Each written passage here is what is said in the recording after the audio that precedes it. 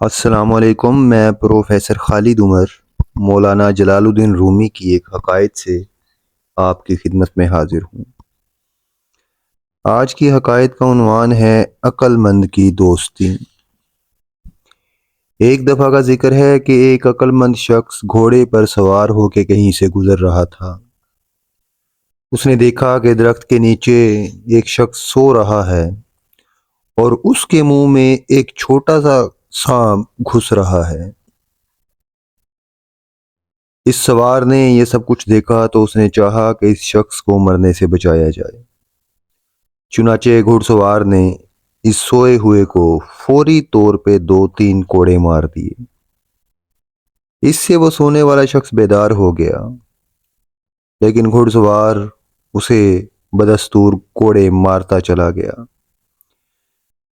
سویا ہوا شخص اٹھا اور حیران ہو کے پوچھنے لگا کہ بھائی تم مجھے کیوں مار رہے ہو؟ لیکن گھڑ سوار نے اس کی ایک نہ سنی، وہ اس پہ مسلسل کوڑے برساتا رہا اور بالآخر اسے سیب کے ایک درخت کے نیچے لے گیا اور پھر اسے زبردستی گلے سڑے سیب کھانے پر مجبور کر دیا۔ اس شخص نے کوڑوں کے ڈر سے اس قدر سیب کھائے کہ اس کے منہ سے جھاگ بھی نکلنے لگی۔ اس صورتحال میں اس نے کوڑے مارنے والے سے چیختے ہوئے پوچھا کہ اے سردار، تو مجھے بغیر قصور کے کیوں مارے چلا جا رہا ہے؟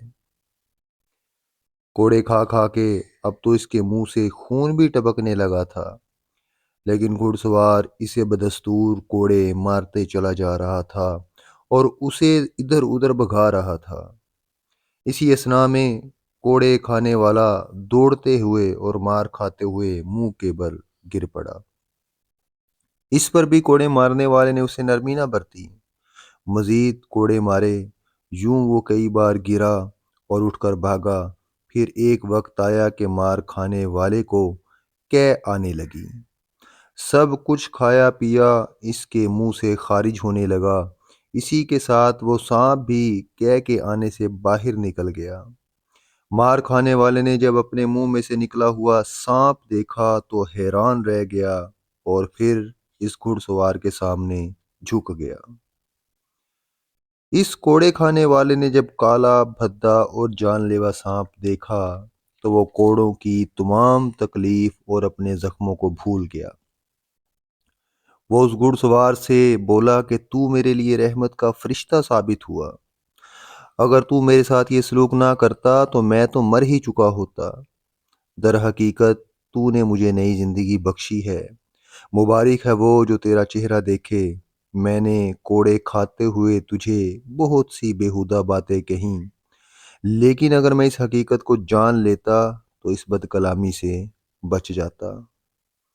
کوڑے کھانے والے نے اس سے کہا کہ تو نے مجھے سارا قصہ پہلے کیوں نہ بتا دیا؟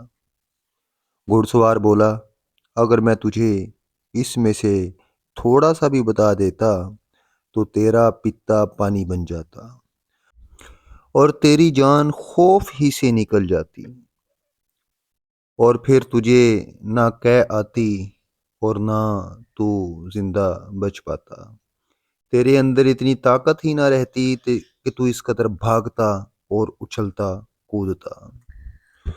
مولانا جلال الدین رومی اس حکایت کے ذریعے سے یہ بتانا چاہتے ہیں کہ عقل مند کی دوستی تو باہر صورت رحمت ہوتی ہی ہے، لیکن اس کی دشمنی بھی مصلحت سے خالی نہیں ہوتی۔ عقل مند دشمنی ہی نہیں کرتا، اگر کرتا ہے تو وہ بظاہر دشمنی ہوتی ہے، لیکن اس میں کوئی مصلحت اور اچھائی پوشیدہ ہوتی ہے۔